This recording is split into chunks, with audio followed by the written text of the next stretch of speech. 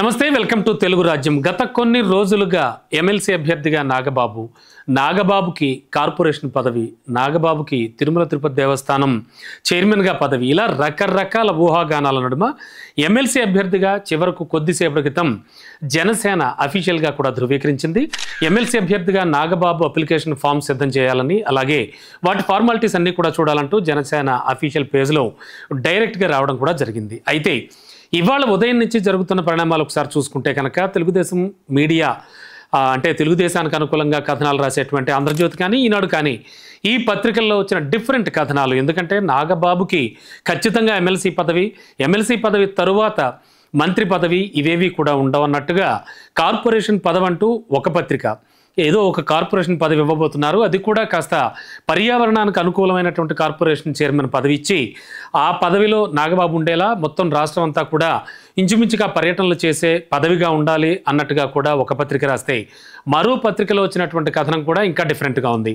Already Vijayasai Reddy గారు మొన్న resign చేయడంతో వచ్చినటువంటి ఖాళీ ఏర్పడినటువంటి ఆ ఎంపీ పదవి అంటే రాజ్యసభకి నాగబాబును పంపబోతున్నారు అన్నట్టుగా మరో కథనం. కానీ ఇవేవి కాదని, వీటన్నింటినీ తోసి రాజని డైరెక్ట్గా జనసేన అయితే ఒక ప్రకటన ఇచ్చేసింది. ఎమ్మెల్సీ అభ్యర్థిగా నాగబాబు అభ్యర్థిత్వాన్ని ఖరారు చేస్తూ అసలు దీని వెనకాల నడిచిన పరిస్థితులు ఏంటి, ఎలాంటి స్టోరీ నడిచింది ఒకసారి మనం చూద్దాం. అసలు కూటమి ప్రభుత్వం కొలువు తీరిన తరువాత నుంచి కూడా చూస్తే కొన్ని పరిణామాలు మనం గమనిస్తే కనుక నాగబాబుకి ఖచ్చితంగా ఎమ్మెల్సీ పదవి ఇద్దాం అనేటువంటిది ఒక ఆలోచనగా ఉంటూ వచ్చింది. అది జనసేన చీఫ్ ఇప్పటి డిప్యూటీ సీఎం పవన్ కళ్యాణ్ అడగడం కావచ్చు, చంద్రబాబు నాయుడు పవన్ కళ్యాణ్ మధ్యలో అంటే తెలుగుదేశం పార్టీకి జనసేనకి మధ్యలో ఉన్నటువంటి అవగాహన ప్రకారం కావచ్చు, ఖచ్చితంగా ఎమ్మెల్సీ ఇస్తారు అని భావించారంతా.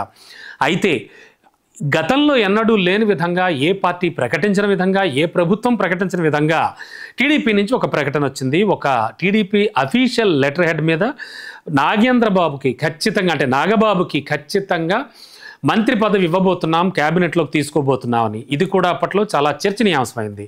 సరే, ఆ తర్వాత అంటే మొదటి ఎమ్మెల్సీ, ఆ తర్వాత మళ్ళీ ఆ తిరుమల తిరుపతి దేవస్థానం చైర్మన్గా కూడా నాగబాబు పేరుని పరిశీలిస్తున్నట్టుగా ఉంది. బట్ కొన్ని కారణాల వల్ల, కొన్ని కాంబినేషన్స్ వల్ల మళ్ళీ బిఆర్ నాయుడు గారిని ఆ పదవిలో కూర్చోబెట్టారు. సరే, ఆ తర్వాత మళ్ళీ నాగబాబు మళ్ళీ క్వశ్చన్ మార్క్, ఏం చేయాలి, ఎలాంటి పదవి ఇవ్వాలి, విజయసాయిరెడ్డి గారు రాజీనామా తర్వాత నాగబాబుని రాజ్యసభకు పంపుదామా అని చెప్పేసి, బట్ రాజ్యసభకి పంపడానికి కూడా అటు బీజేపీని వెళ్ళి బాగా రిక్వెస్ట్ చేసుకోవాలి వీళ్ళంతా కూడా. దానికి కూడా డౌట్ పడ్డారు. అండ్ అప్పుడు కూడా ఒక క్వశ్చన్ మార్క్ అయిపోయింది నాగబాబు రాజకీయ భవితవ్యం. మరి ఈ నేపథ్యంలో మరి ఆ తర్వాత ఏం చేయాలి అంటే, నాగబాబు మంత్రి పదవికి సరిపోరా, తెలుగుదేశం అఫీషియల్ లెటర్ హెడ్ మీద ఆయన పేరును ప్రతిపాదిస్తూ మా క్యాబినెట్లోకి మంత్రిగా తీసుకోబోతున్నామని చెప్పినా కూడా ఇంకా మీనమేషాలు ఎందుకు లెక్కిస్తున్నారు, ఇంకా ఏం అడ్డుపడుతున్నాయి నాగబాబు మంత్రి కావడానికి? అదే ఆ తర్వాత 6 నెలల తర్వాత తన అభ్యర్థిత్వాన్ని నిరూపించుకుని ఏదో ఒక ప్రాంతం నుంచి గెలిచి ఎమ్మెల్యేగా కానీ, ఎమ్మెల్సీగా కానీ ఆయన ఒక మినిస్టర్గా కొనసాగుతారు అనేటువంటి ఆశలపై కూడా నీళ్లు చల్లినట్టయింది. మరి వీటన్నింటి నేపథ్యంలో మళ్ళీ ఇవాళ తాజాగా వచ్చినటువంటి ప్రధాన వార్తలు చూస్తే కనుక, ఓ కార్పొరేషన్ చైర్మన్ వెంటనే మీడియా మళ్ళీ కోడే కూసింది, లేదా విజయసాయిరెడ్డి ప్లేస్లో ఎంపీగా రిక్వెస్ట్ చేద్దాం. ఇవి రెండు చూసి కూడా మీడియా మళ్ళీ కూడా కూసింది. ఇప్పుడు నేను చెప్పినట్టుగా ఖచ్చితంగా నాగబాబు ఈ పదవికి పనికిరారా, నాగబాబుని ఎందుకని తాత్సారం చేస్తూ వస్తున్నారని.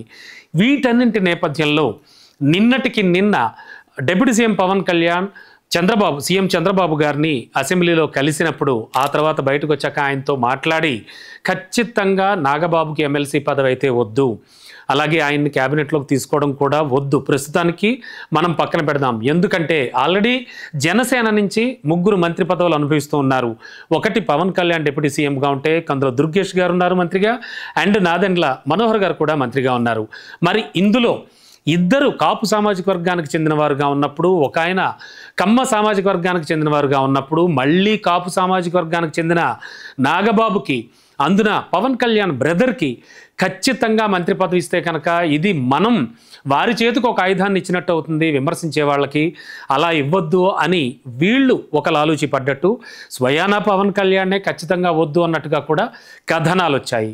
మరి ఈ నేపథ్యంలో వీటన్నింటినీ కాదని, అంటే తెలుగుదేశం ఒకవేళ ఆ విషయాన్ని అంటే తెలుగుదేశం పార్టీ అధ్యక్షుడిగా సీఎం చంద్రబాబు నాయుడు నాగబాబుని మినిస్ట్రీలోకి తీసుకోవద్దు అని అనుకున్నా కూడా పవన్ కళ్యాణ్ని సాక్షాత్తు వద్దని చెప్పారా? అలా సొంత అన్నను అలా ఎలా వద్దని చెప్తారు అనేటువంటి కథనాలు కూడా చాలా వెలువడ్డాయి. మరి వీటన్నింటి నేపథ్యంలో మళ్ళీ మరో చర్చ. నేను ఇంతకు ముందు చెప్పినట్టు నాగబాబు మంత్రి పదవికి అనర్హుడా, అంటే ఆయన సమర్థవంతంగా నిర్వహించలేడా, ఇలా రకరకాల ఊహాగానాల నేపథ్యంలో అటు సీఎం చంద్రబాబుని అంటే కూటమి ధర్మాన్ని కూడా పట్టించుకోకుండా జనసేన ఇప్పుడు నాగబాబు అభ్యర్థిత్వాన్ని ఖరారు చేసిందా లాంటి అనేక సందేహాలు అయితే ఉత్పన్నమవుతున్నాయి. ఏది ఏమైనా ఈ డౌట్లన్నింటికీ కూడా ఒక క్లారిటీ ఇస్తూ ఖచ్చితంగా నాగబాబు అభ్యర్థిత్వాన్ని అయితే మాత్రం ఖరారు చేసేసింది. ప్రస్తుతానికైతే మాత్రం నాగబాబు టీడీపీ లెటర్ హెడ్ మీద వచ్చిన విధంగా మంత్రి అవ్వడం ఖాయంగానే కనిపిస్తోంది.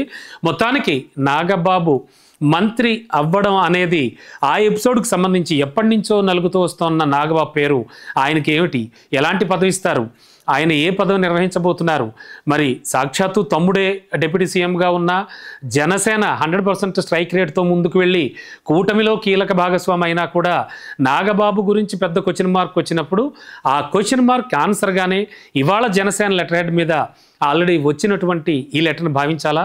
ఖచ్చితంగా ఎమ్మెల్సీ అభ్యర్థిత్వాన్ని ఖరారు చేస్తూ జనసేన అధినేత పవన్ కళ్యాణ్ పేరు మీద వచ్చినటువంటి ఈ లెటర్, అఫ్కోర్స్ హరిప్రసాద్ గారు ఇచ్చినటువంటి ఈ లెటర్ని మనం ఎలా చూడొచ్చు?